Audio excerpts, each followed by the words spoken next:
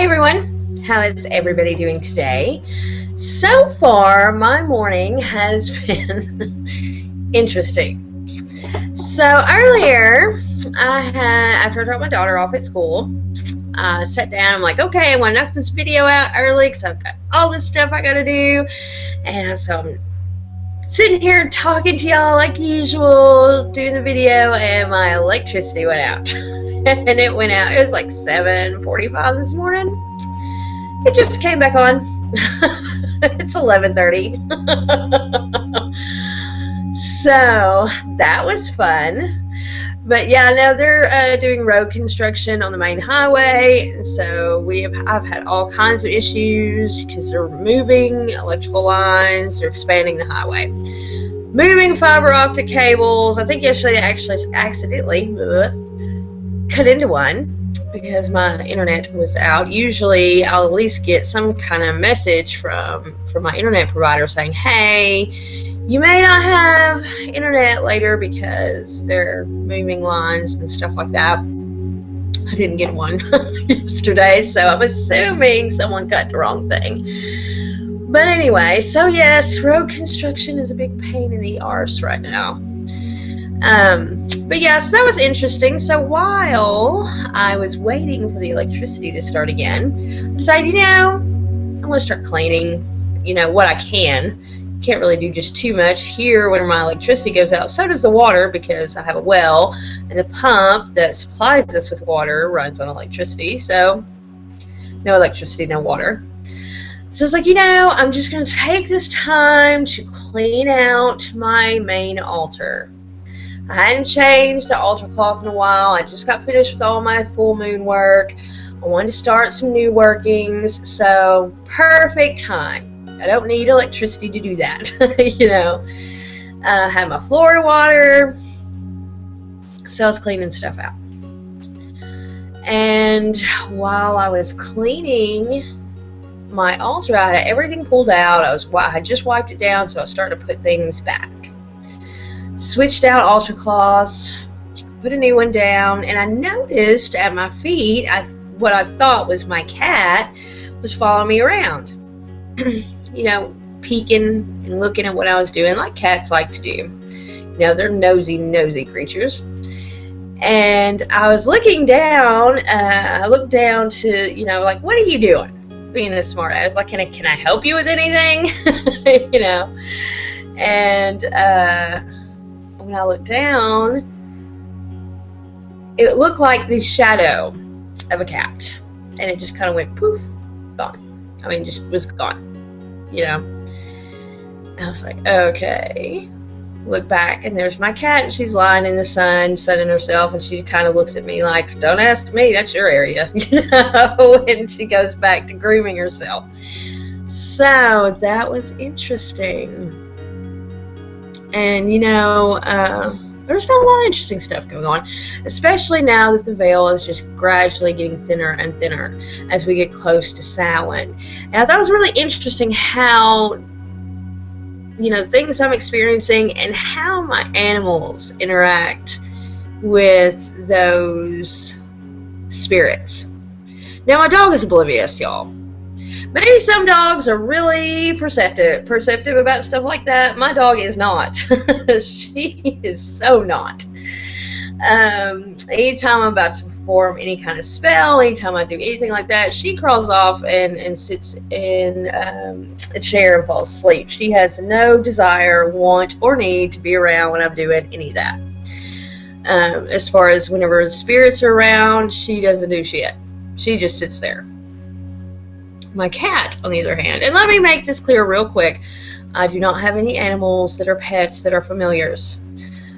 Some people feel like that their cats are their familiars, and it's fine for them. I don't believe that way necessarily. I've never had that experience. I'm going to put it that way. I've never had an experience where an actual live animal was a familiar. I have spirit familiars, but as far as animals go, it's never happened for me. So, no, I'm not knocking anyone who says they do. If that's what if your cat is your familiar, that's, great. I just have never had that experience. So my cat is not my familiar. She's just To me, cats are, I think Keanu Reeves and Constantine said it best, they're half in and half out anyway. They are more in tune. Now, maybe some cats aren't. I don't know. All the cats I've ever had have definitely been very in tune with what happens magically and spiritually in my house. As far as spirit activity, any magic I'm going to perform, like my current cat, Maleficent, she is, my daughter named her Maleficent. And she's kind of like Maleficent. She's a little meanie. But she is very attached to me. I raised her from a kitten. So she was a wild cat. Her mama was a wild cat. Her mama literally left her on our porch on Christmas Day 2 years ago. So we decided to take her in. All of her siblings, except for one, had been eaten by wild dogs around here. I think that's why her mom left her on our porch, because we've been feeding her mother scraps and stuff outside. We'd gotten a little bit of cheap cat food to feed her, because I just can't stand to see an animal starve. And whoever owned her wasn't taking care of her. If she was ever owned, she might have just been a wild cat. But she was pretty tame for a wild cat, so I'm going to say probably not. Anyway, I think eventually someone hit her in the road. Her mom. That's what happened to the only other sibling that survived, and she was beautiful, beautiful black cat. I tried so hard to tame her down. My daughter tried. My daughter's like the cat whisperer. She could tame just about any wild cat. And we couldn't get it done, really. And she wound up getting hit in the road too. So no, I don't want to play with you right now. See, I talked about my dog. Now she's sitting here wanting love. Anyway, so cats have always, to me, been very aware of magic, of shifting energies, of spirits, ghosts, and things like that. And so this time of year, my cat goes nuts. She just acts crazy. Part of it has to do with the cooler weather. You know, animals do get a lot more active when it's cooler. You know, they're a little bit friskier. And that's all animals, from dogs to chickens to just about anything, whenever the weather cools off. But this time of year, oh my gosh, my cat just acts ridiculous. She chases things that aren't there. You know, she hisses at things. It's just wild, y'all. So yeah, I found it really interesting at how animals react at this time of year. Like, usually she sleeps at my feet every night without exception, but not this time of year. She was the same way last year. She was too busy chasing whatever she was chasing, whatever spirit thing that was around. She was just running around chasing. That is what she does all night long. So she winds up sleeping most of the day, more so than usual. So yeah, it's really interesting. And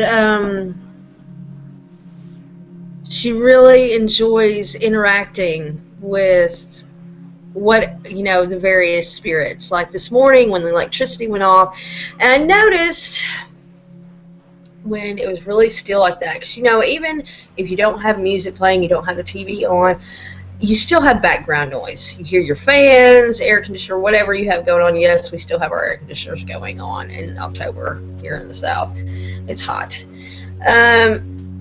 But whatever you have going on, there's some like white noise. But when the electricity goes off, it is super quiet, like the quietest of quiet. You can hear your heartbeat in your ears. It's so quiet. And whenever that happened, it was just, I was overwhelmed by spirit energy.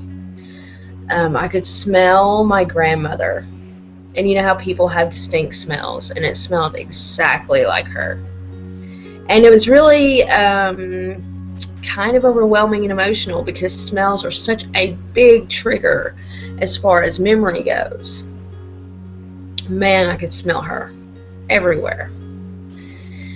And that was really, it was really something.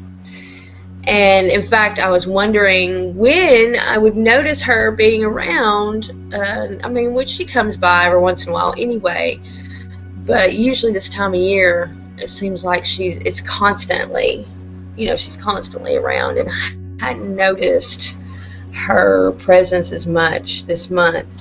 And I was wondering, you know, what was going on. You know, had I pissed her off? You know, was she checking in on all the other grandkids, which would definitely be a possibility. But because she's been gone for 13 years now, so it doesn't seem like it's been that long. But yeah, her spirit was heavy in the air. And there was a couple more smells that made me think of people who passed on. One really strong smell, someone who I don't really know, but I know who it is because of her circumstances surrounding her death. I've spoken with her and interacted with her before, and she died around here recently. So she'd popped her head in for a while. But yeah, it's been, the spirit energy is really on an uptick right now. And again, it could have been because I had zero distractions. I mean, because I have noticed spirit activity, you know. My door has clicked open, not like come all the way open, but like someone turned the knob and just clicked it open. A couple of times, you know, things are getting moved around. It just normal, at least to me, normal Samhain energy, spirit activity. Cabinets will be open that shouldn't be open. You know, things like that. Car keys are lost a lot easier. You know, I know I put them on the coffee table. Who has my car keys?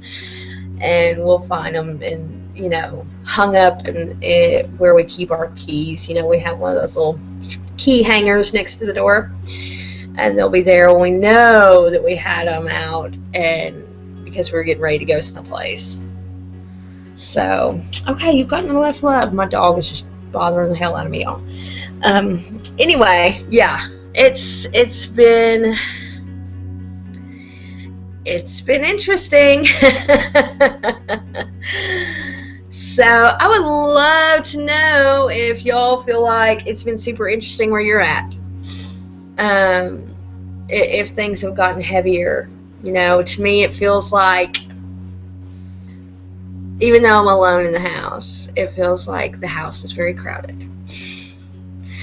And, you know, sort of that heavy, you know how you feel when you're somewhere where there's a big crowd and you're trying to walk the opposite direction of what it seems like everyone else is walking, and it's just like you're kind of pushing through, struggling. For me, it's kind of like that. It's like I'm trying to push my way through the crowds, you know. So yeah, it's but that's the way it normally is during Samhain, you know. It just feels like everything gets a lot more crowded.